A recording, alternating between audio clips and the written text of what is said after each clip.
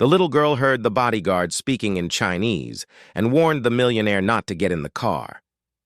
Don't forget to comment which country you are watching from right now.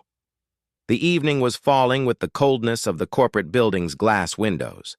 The powerful businessman, fresh out of a meeting that would define millions, was stopped by a small but firm voice. In front of him, a girl of no more than 7 years old looked at him with disconcerting seriousness. "They said your car will explode," she whispered in clear English, her eyes locked on his.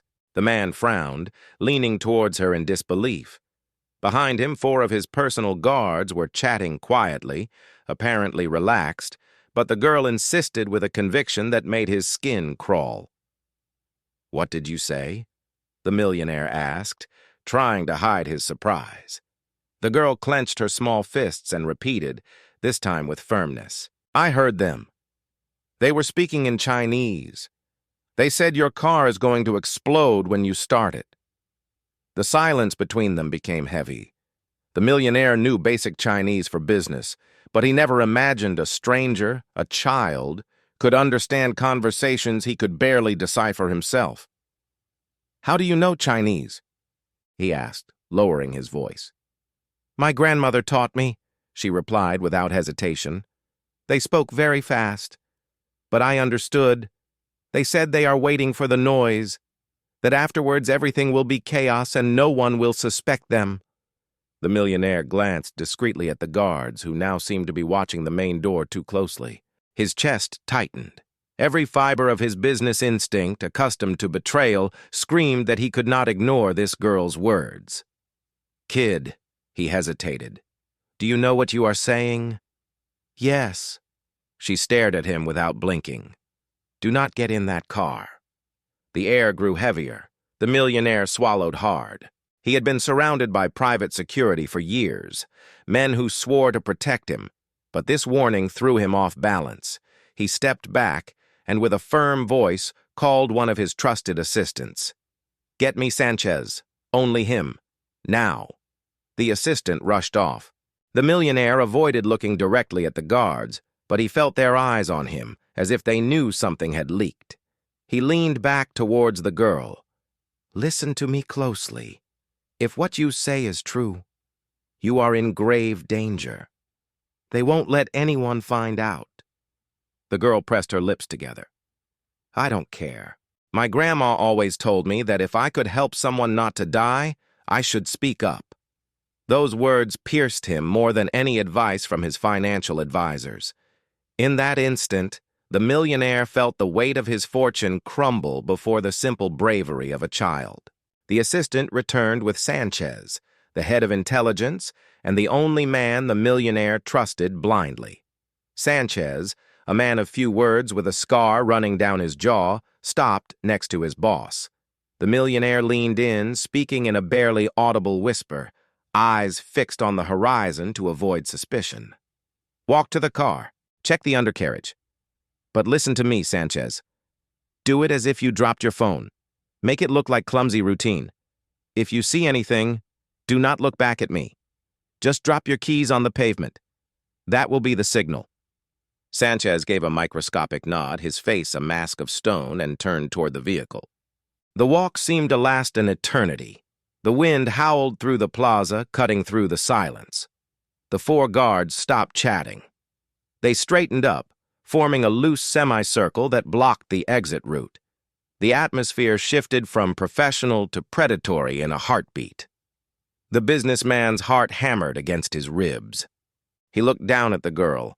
She was trembling now, her eyes wide, fixed on the head of the bodyguard team. Suddenly, she squeezed the millionaire's hand so hard, her knuckles turned white.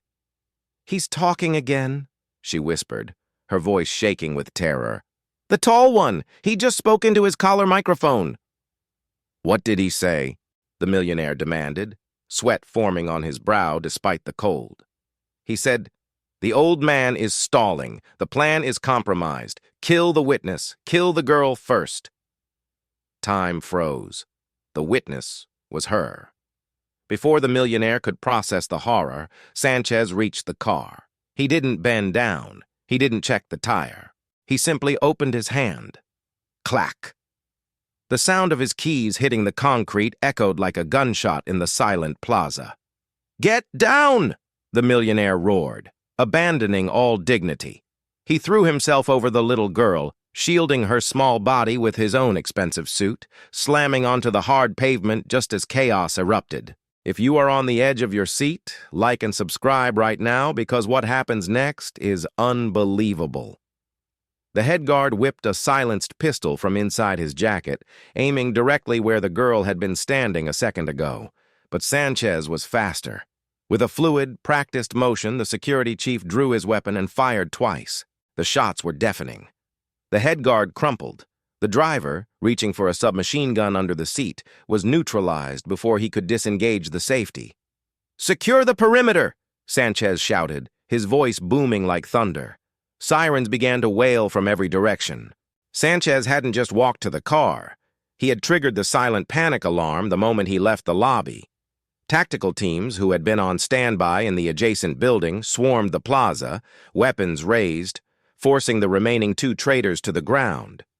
The millionaire lay on the cold ground for a long moment, covering the girl's head with his hand, whispering that it was over.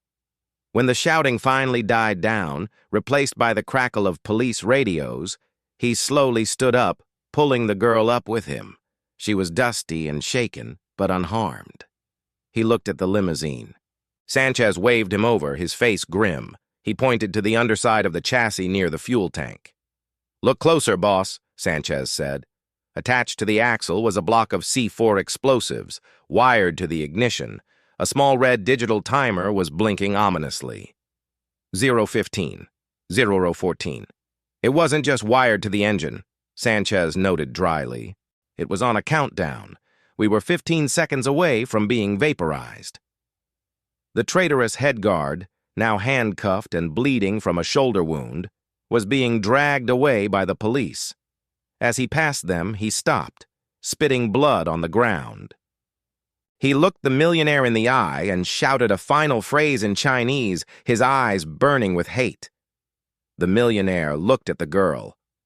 "Translate it." She wiped a tear from her cheek, her chin trembling but her voice strong. He said, "Money can buy walls, but it cannot buy luck forever. We will be back." The millionaire adjusted his torn jacket, regained his imposing posture, and walked up to the traitor. He leaned in close, ensuring the man could hear every word. "Money didn't save me today," he said coldly. "The kindness of a child you thought was invisible did, and that is a power you will never possess." He turned his back on the man and crouched down to the girl's height. The adrenaline was fading, leaving only a profound sense of gratitude. "You didn't just save my life," he said, his voice cracking with emotion. "You saved my future. I made a promise to myself 5 minutes ago, and I intend to keep it." "What promise?" she asked shyly. "That you will never be alone again." The millionaire adopted the girl 2 months later.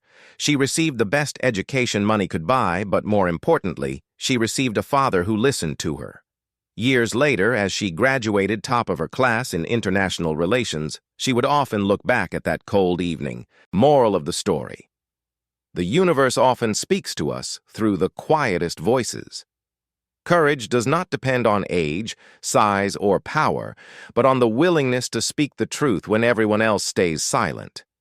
Never underestimate the voice of the innocent, for they often see what giants refuse to acknowledge.